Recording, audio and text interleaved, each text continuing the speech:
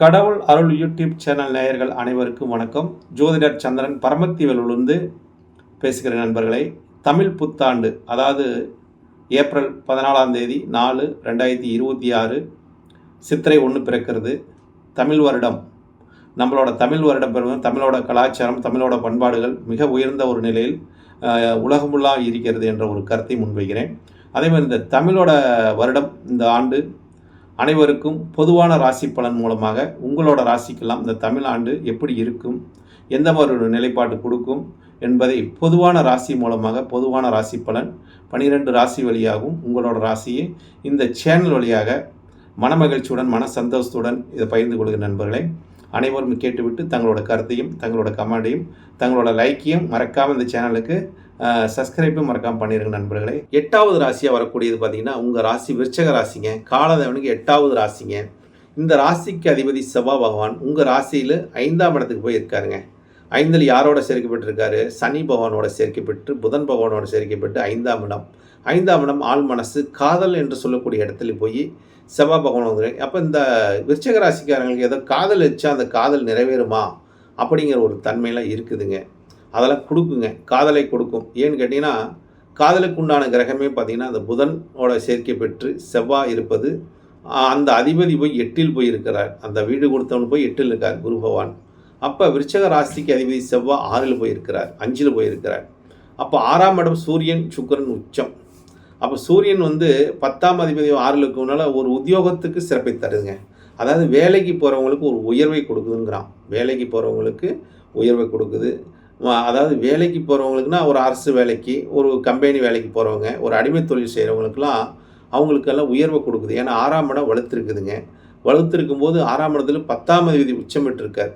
அப்போ தொழிற்சாலை உச்சம் வேலை செய்கிற தொழில் செய்கிற இடத்துலேருந்து ஒரு முன்னேற்றத்தையும் தொழிலும் ஒரு மேன்மையும் கொடுக்கக்கூடிய ஒரு காலகட்டமாக இந்த தமிழ் புத்தாண்டு பிறக்கும் போதே உங்களுக்கு அந்த தன்மையை காட்டுது. அப்போ இந்த தமிழ் வருடம் உங்களுக்கு பிறக்கும் போதே சித்திரை மாதம் உங்களுக்கு நன்மை தரும் மாதமாக அமைகிறது. உங்கள் ராசி அதிபதி 5ல் இருப்பது ஒரு சிறப்பு. 4ஆம் இடத்துல சந்திரன் ராகு சேர்க்கை பெற்றிருப்பது ஒரு சிறப்புங்க. சந்திரன் ராகு 4ஆம் இடத்துல இருந்தால் தாயாருக்கு ஏதாச்சும் ஒரு மருத்துவ செலவையும் கொடுக்கும். தாயாருக்கு மட்டும்தான் ஒரு பாதிப்பு மருத்துவ செலவை ஏற்படுத்தி கொடுக்கும். இருந்தாலும் உங்களுக்கு இந்த ஒரு பிரம்மாண்டத்தை கொடுக்கும். அதாவது வீடு கட்டக்கூடிய ஒரு தன்மையும் வாகனம் வாங்கக்கூடிய தன்மையும் இதுக்கெல்லாம் ஒரு செலவு பண்ணக்கூடிய தன்மையும் ஏற்படுத்தி கொடுக்கும். உங்களுக்கு அந்த செலவினத்தை அதையும் காட்டுது. அதே மாதிரி உங்களுக்கு 8ஆம் இடம்னு சொல்லக்கூடிய இடத்துலையும் குரு பகவான் இருக்கார். 10ஆம் இடத்துல கேது பகவான். தொழிலத்தில் போய் கேது பகவான் இருப்பது அவ்வளோ சிறப்பு இல்லை. அப்போ தொழிலை நம்ம கொஞ்சம் நேர்மையாக பண்ணணுங்குது. தொழில் ஏதாச்சும் நம்ம தனம் ஏதாச்சும் ஒன்று செஞ்சோமா அதில் இரட்டிப்பாக ஒரு அபராதத்தை கொடுக்கக்கூடிய தன்மையெல்லாம் வந்துருங்க. கேது 10லேருந்து தொழிற்சார்ந்தில் இருப்பது அது பிரச்சனையை கொடுத்துருங்க. அப்போ உங்களுக்கு இந்த ஆண்டு பார்க்கும்போது சித்திரை மாதம் ஆதாயத்தை பார்க்கும்போது பார்த்திங்கன்னா 11 ஆதாயங்க. 11 ஆதாயம் செலவு பார்த்திங்கன்னு வச்சுங்க 5 தாங்க. அப்போ 6 மிச்சமாகுதுங்க. 6 இது மிச்சமாகுது. எப்படின்னா தமிழ் வருட பஞ்சாங்கத்தில் இதெல்லாம் கொடுத்துட்டான். உங்களுக்கு இந்த ராசிக்காரங்களுக்கு விருச்சக ராசிக்காரங்களுக்கு 11 ஆதாயம் 5 தான் விரயம் அப்படின்னு கொடுத்துட்டான். விருச்சகத்துக்கு மேசத்துக்கும். அப்போ உங்களுக்கு 6 மிச்சமாகுது. அப்போ ஆதாயம் உண்டு. இந்த தமிழ் புத்தாண்டு பிறக்கும் போதே உங்களுக்கு விருச்சக ராசிக்காரங்களுக்கு ஆதாய பலன் அதிகமாக இருக்குது, விரய பலன் குறைவாக தான் இருக்குது. 2ஆம் அதிபதி 8ல் இருக்காங்க. ஏதோ ஒரு அதிர்ஷ்டம் உங்களுக்கு குடும்ப உறவு மூலியமாக ஒரு அதிர்ஷ்டத்தையும் ஒரு உண்மையான ஒரு நிலைப்பாட்டின் மூலியமாக ஒரு பணத்தை கொடுக்கக்கூடிய தன்மை. ஏன்னா குடும்ப உறவுகள்கிட்ட பணத்தை கொடுத்துருப்பீங்க. அவங்க இவ்வளோ நாள் தர முடியாத ஒரு சூழ்நிலை இருந்திருக்கலாம். இல்லை ஒரு சொத்து பிரச்சனை கூட இருந்திருக்கலாம்.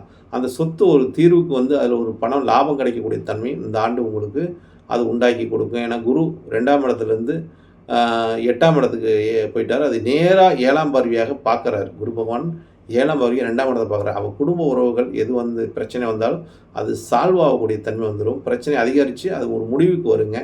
அந்த மாதிரி ஒரு தன்மை. அதே 5ஆம் அதிபதி 8க்கு போனதுனால தங்களோட பிள்ளைகள் வழியாக புத்தர்கள் வழியாக, அதாவது பெண் குழந்தையாக இருந்தாலும் சரி ஆண் குழந்தையாக இருந்தாலும் சரி அவங்களுக்காக உங்களுக்கு செலவினங்களை அதிகமாக கொடுக்கும். ஏன்னா அந்த அதிபதி போய் 8க்கு போயிட்டாருங்க.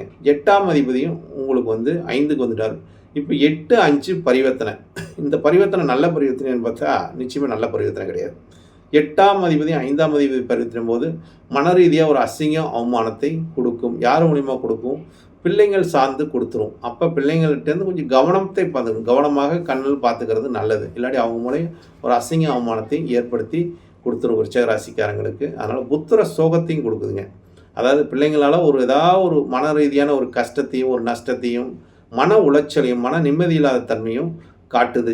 இந்த மாதத்தில் காட்டுகிறது. ஏன்னா அந்த குருவும் புதனும் பரிவர்த்தனை ஆகி அந்த பரிவர்த்தனை நல்ல பரிவர்த்தனையை பார்த்தா நல்ல பரிவர்த்தனை கிடையாது.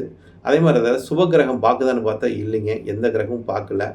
அப்போ அதாவது முன்னும் பின்னும் 5ஆம் இடத்துக்கு முன்னும் பின்னும் பாவகிரகம் இருக்குது. அதாவது ஒரு பக்கம் சூரியன் இருக்கார், ஒரு பக்கம் ராகு பகவான் இருக்கார். எல்லாம் பாவகிரகமாக இருக்கிறதுனால 5ஆம் இடத்துல. அப்போ 5ஆம் இடத்துக்கு உண்டான ஒரு செலவினங்களையும் ஒரு பிரச்சனையும் ஏற்படுத்தக்கூடிய ஒரு நிலைப்பாடாக இந்த தமிழ் புத்தாண்டு சித்திரை மாதத்தில் முதல் மாதத்திலே உங்களுக்கு தெரிகிறது. அதனால் பிள்ளைகளுக்கு மேலே ரொம்ப கொஞ்சம் கவனம் செலுத்துங்க. அது மேலே கொஞ்சம் அக்கறை வைங்க. உங்களோட கண் பார்வையிலே வச்சுக்குவது நல்லது. அவங்கள கண்காணிப்பில் வச்சுக்குவது நல்லது. இல்லாட்டி அவங்களால ஒரு அசிங்க அவமானமும் இருக்கும். அதேமாதிரி செலவினங்களையும் அதிகம் கொடுக்கும். அப்போ வரவுக்கு மீறிய செலவு இருக்குது உங்களுக்கு. 11 ஆதாயம் 5 செலவுங்கும்போது பிள்ளைங்களால் இந்த மாதம் மட்டும் கொஞ்சம் செலவு அதிகரிக்குங்க. அதை மட்டும் கவனமாக பார்த்துட்டிங்கன்னா உங்களுக்கு அந்த ஆதாயத்தில் மிச்சமாகக்கூடிய தன்மை உண்டுங்க. செலவு குறைச்சிக்கலாங்க. அவங்க மூலிமா தான் இந்த மாதத்தில் மட்டும்தான் அதை சொல்கிறேன் நான். இந்த ராசி பலன் கோச்சார ரீதியாக இருக்கும்போது அந்த நிலைப்பாட்டை கொடுக்குது ஜாதகத்துக்கு, ராசிக்கு.